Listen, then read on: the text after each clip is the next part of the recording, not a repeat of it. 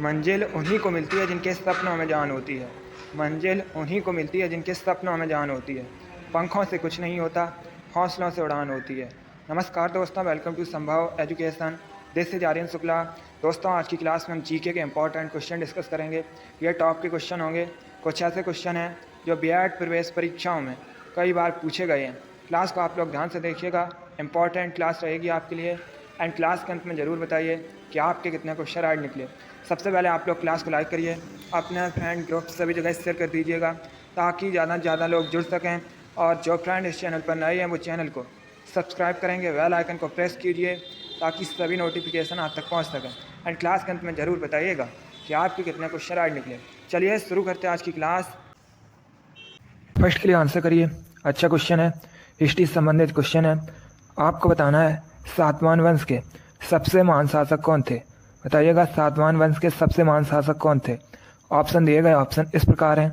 Option number A Pushyamitra Shunga, option number B Gautamiputra Satakarni, option number C Simuk, या option number D none of these, इनमें से कोई नहीं। आपको बताना है सातवाहन वंश के सबसे महान शासक कौन थे। सभी लोग आंसर करिएगा, ऑप्शन को ध्यान से पढ़िए, उसके बाद आंसर करिए। Very good. इसका right answer option number B होगा, Gautamiputra Satakarni. Yes, option number B correct answer है दोस्तों। सातवाहन वंश के सबसे महान शासक गौतमीपुत्र सातकर्णी थे, इसलिए option number B correct answer होगा। अब देखिए क्वेश्चन एग्जाम में पूछा जाता है कि सातवाहन वंश की स्थापना किसने की थी। तो आप लोग याद रखिएगा सिमुक ने दोस्तों सातवाहन वंश की स्थापना की थी।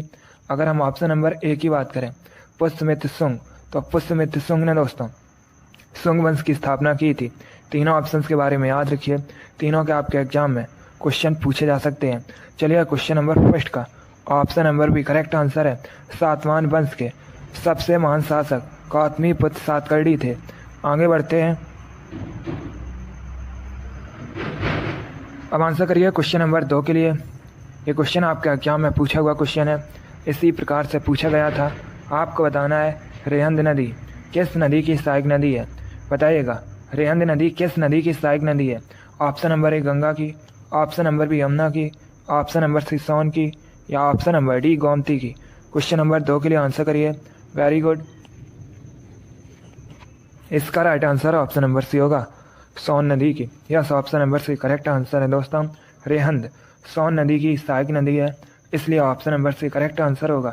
अगला क्वेश्चन देखते हैं। अब क्वेश्चन नंबर 3 के लिए आंसर करिए। करेंट से क्वेश्चन है। आपको बताना है वर्तमान में भारत के स्वास्थ्य मंत्री हेल्थ मिनिस्टर कौन है। बताइएगा वर्तमान में भारत के स्वास्थ्य मंत्री कौन है। ऑप्शन इस प्रकार है। Option number A Dharmendra Pradhan, option number B Mansukh Mandaviya, option number C Rajnath Singh, या option number D none of these. आपको बताना है भारत के हेल्थ मिनिस्टर कौन है। Good. Right answer option number B होगा, Mansukh Mandaviya. Yes, option number B correct answer है दोस्तों। मनसुख मंडाविया वर्तमान में स्वास्थ्य मंत्री है, इसलिए option number B correct answer होगा। धर्मेंद्र प्रधान वर्तमान में एजुकेशन मिनिस्टर शिक्षा मंत्री हैं। राजनाथ सिंह दोस्तों रक्षा मंत्री हैं। तो आप लोग इनके बारे में याद रखिएगा, यहाँ से आपके एग्जाम में क्वेश्चन पूछे जा सकते हैं। क्वेश्चन नंबर 3 का option number B correct answer है, स्वास्थ्य मंत्री मनसुख मंडाविया हैं। अगला क्वेश्चन देखते हैं। क्वेश्चन नंबर 4 के लिए आंसर करिए। क्वेश्चन है दोस्तों बौद्ध अंतर्राष्ट्रीय सर्किट निम्नलिखित में से किस शहर में है। बताइएगा बौद्ध अंतर्राष्ट्रीय सर्किट इनमें से किस शहर में है। सभी लोग आंसर करिए क्वेश्चन नंबर 4 के लिए। दोस्तों आपके एग्जाम में इसी प्रकार के क्वेश्चन पूछे जाते हैं। जो क्वेश्चन का लेवल है वो यही रहता है, तो आप लोग ध्यान से क्लास को देखिएगा। क्लास के अंत में अपना स्कोर जरूर बताइए कि आपके कितने क्वेश्चन राइट निकले। Very good. इसका right answer option number C होगा, greater Noida. Yes, option number C correct answer है। उत्तर प्रदेश के ग्रेटर नोएडा में बौद्ध अंतर्राष्ट्रीय सर्किट स्थित है, इसलिए option number C correct answer होगा। आगे बढ़ते हैं। क्वेश्चन नंबर 5 के लिए आंसर करिए। यह भी अच्छा क्वेश्चन है। आपको बताना है कैलिफोर्निया विश्वविद्यालय कहाँ पर है। बताइएगा कैलिफोर्निया विश्वविद्यालय कहाँ पर है। ऑप्शन नंबर ए ऑस्ट्रेलिया में, बी ऑप्शन है दोस्तों ब्राज़ील में, सी यूएसए में, या डी नेपाल में। आपको बताना है कैलिफोर्निया विश्वविद्यालय कहाँ पर है। यह भी क्वेश्चन आपका एग्जाम में पूछा हुआ क्वेश्चन है, इसी प्रकार से पूछा गया था। इसका right answer option number C होगा, USA. Yes, option number C correct answer है दोस्तों। कैलिफोर्निया विश्वविद्यालय यूएसए में स्थित है, इसलिए option number C correct answer होगा। अब देखिए, अगर हम यूएसए की बात करें दोस्तों, यूएसए उत्तरी अमेरिका महाद्वीप के अंतर्गत आता है। यूएसए की राजधानी वाशिंगटन डीसी है। वर्तमान में यूएसए के प्रेसिडेंट जो बाइडन है और वर्तमान में दोस्तों यूएसए के उपराष्ट्रपति कमला हैरिस हैं। एक क्वेश्चन एग्जाम में पूछा गया था कि यूएसए का नेशनल स्पोर्ट राष्ट्रीय खेल क्या है, तो आप लोग याद रखिएगा बेसबॉल दोस्तों यूएसए का राष्ट्रीय खेल है। क्वेश्चन नंबर 5 का option number C correct answer है। कैलिफोर्निया विश्वविद्यालय यूएसए में स्थित है। अगला क्वेश्चन देखते हैं। अब क्वेश्चन नंबर 6 के लिए आंसर करिए। आपको बताना है किस शहर को विश्व में चमड़े के शहर के रूप में भी जाना जाता है, बताइएगा। इनमें से किस शहर को दोस्तों विश्व में चमड़े के शहर के रूप में भी जाना जाता है। Option number 1 Kanpur, option number B Kolkata, option number C Lucknow या ऑप्शन नंबर डी लुधियाना। सभी लोग आंसर करिए। गुड, तुक्का मत लगाइए, ऑप्शन को ध्यान से पढ़िए, उसके बाद ही आंसर करिएगा। इसका right answer option number A होगा, Kanpur. Yes, option number A correct answer है दोस्तों। कानपुर को विश्व में चमड़े के शहर के रूप में भी जाना जाता है, इसलिए option number A correct answer है। कानपुर के साथ ही दोस्तों आगरा और चेन्नई को भी चमड़े के शहर के रूप में भी जाना जाता है। अब देखिए, अगर हम कानपुर की बात करें, कानपुर उत्तर प्रदेश का शहर है। एग्जाम में क्वेश्चन पूछा जाता है कि कानपुर किस नदी के किनारे बसा है, तो कानपुर गंगा नदी के किनारे बसा है। कानपुर को उत्तर भारत का मैनचेस्टर भी कहा जाता है। ग्रीन पार्क स्टेडियम दोस्तों कानपुर में स्थित है। क्वेश्चन नंबर 6 का option number A correct answer है। आगे बढ़ते हैं। अब क्वेश्चन नंबर 7 के लिए आंसर करिए।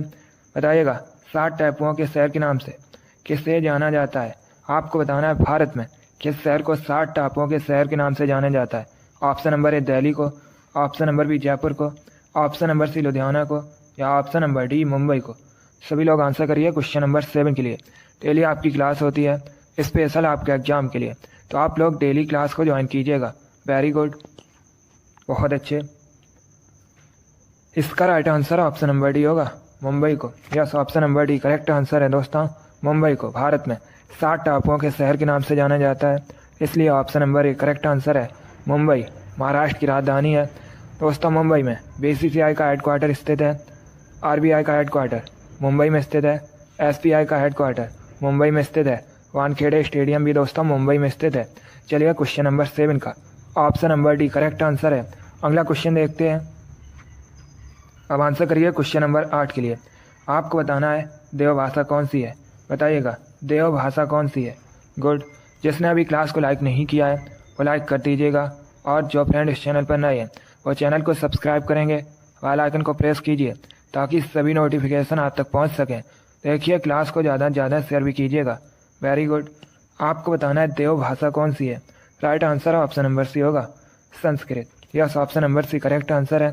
संस्कृत देवभाषा है, इसलिए option number C correct answer है। एग्जाम में क्वेश्चन पूछा जाता है कि संस्कृत इसकी लिपि क्या है, तो मैंने आपको कई बार बताया है संस्कृत भाषा की लिपि दोस्तों देवनागरी है। चलिए, क्वेश्चन नंबर 8 का option number C correct answer है। बहुत अच्छे, इसी प्रकार से आप लोग आंसर करिए। आगे बढ़ते हैं। अब क्वेश्चन नंबर 9 के लिए आंसर करिएगा। आपको बताना है कारगिल विजय दिवस कब मनाया जाता है। यह भी क्वेश्चन आपके एग्जाम में पूछा हुआ क्वेश्चन है, इंपॉर्टेंट है। बताइएगा कारगिल विजय दिवस कब मनाया जाता है। बहुत अच्छे, इसका right answer option number B होगा, 26 जुलाई को। Yes, option number B correct answer है। 26 जुलाई को प्रतिवर्ष कारगिल विजय दिवस मनाया जाता है, इसलिए option number B correct answer है। चलिए, क्वेश्चन नंबर 9 का option number B correct answer है। कारगिल विजय दिवस 26 जुलाई को मनाया जाता है। अगला क्वेश्चन देखते हैं। अब क्वेश्चन नंबर 10 के लिए आंसर करिए। आपको बताना है भारत में सबसे अधिक मूंगफली का उत्पादन किस राज्य में होता है। बताइएगा भारत में दोस्तों सबसे अधिक मूंगफली का उत्पादन किस राज्य में होता है। गुड, बहुत अच्छे, इसका right answer option number A होगा, Gujarat. Yes, option number A correct answer है दोस्तों। गुजरात में सबसे अधिक मूंगफली का उत्पादन होता है भारत में, इसलिए option number A correct answer है। आगे बढ़ते हैं। क्वेश्चन नंबर 11 के लिए आंसर करिएगा। आपको बताना है बंगाल विभाजन किस वायसराय के समय में हुआ था। पहली बात तो आप लोग याद रखिएगा, बंगाल विभाजन कब हुआ था। 1905 में हुआ था, 1905 में हुआ था। अब बताइएगा किस वायसराय के समय में हुआ था। चलिए, क्वेश्चन नंबर 11 के लिए आंसर करिएगा। यह भी इंपॉर्टेंट क्वेश्चन है। यह भी क्वेश्चन आपके एग्जाम में पूछा हुआ क्वेश्चन है। गुड। इसका right answer option number C होगा, lord Curzon. Yes, option number C correct answer है। बंगाल विभाजन लॉर्ड कर्जन के समय में हुआ था, इसलिए option number C correct answer होगा। कब हुआ था? 1905 में। आगे बढ़ते हैं। क्वेश्चन नंबर 12 के लिए आंसर करिएगा। अच्छा क्वेश्चन है, आपको बताना है राजा राम मोहन राय को युगदूत किसने कहा था? बताइएगा, राजा राम मोहन राय को युगदूत किसने कहा था? Option number A Mahatma Gandhi, option number B Subhash Chandra Bose, option number C Jawaharlal Nehru, या option number D none of these इनमें से कोई नहीं। आपको बताना है राजा राम मोहन राय को युगदूत किसने कहा था? Right answer option number B होगा, सुभाष चंद्र बोस ने। Yes, option number B correct answer है दोस्तों। राजा राम मोहन राय को युगदूत सुभाष चंद्र बोस ने कहा था, इसलिए option number B correct answer होगा। अब देखिए, अगर दोस्तों हम राजा राम मोहन राय की बात करें, इन्होंने ब्रह्म समाज की स्थापना की थी। कहाँ पर की थी? तो ये दोस्तों कोलकाता में की थी। एक क्वेश्चन और एग्जाम में पूछा जाता है, राजा राम मोहन राय ने ब्रह्म समाज की स्थापना कब की थी? तो याद रखिएगा 1828 में। अब दोस्तों अगर हम सुभाष चंद्र बोस की बात करें, सुभाष चंद्र बोस, वैसे आपके एग्जाम में क्वेश्चन पूछा गया था कि फॉरवर्ड ब्लॉक की स्थापना किसने की थी? तो याद रखिएगा सुभाष चंद्र बोस ने। और कब की थी? तो ये की थी दोस्तों 1939 में।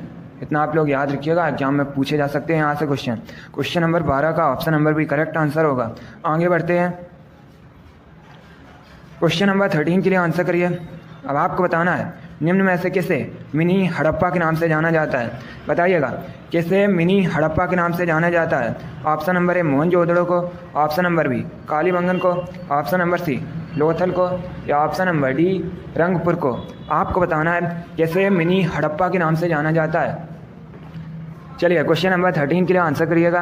अच्छा क्वेश्चन है, थोड़ा सा कठिन है, बट आप लोग आंसर दीजिए। गुड। आपको बताना है किसे मिनी हड़प्पा के नाम से जाना जाता है? Right answer option number C होगा, लोथल को। Yes, option number C correct answer है दोस्तों, लोथल। इसे मिनी हड़प्पा के नाम से भी जानते हैं। आगे बढ़ते हैं। क्वेश्चन नंबर 14 के लिए आंसर करिएगा। अच्छा क्वेश्चन है, सभी लोग आंसर करिए क्वेश्चन नंबर 14 के लिए।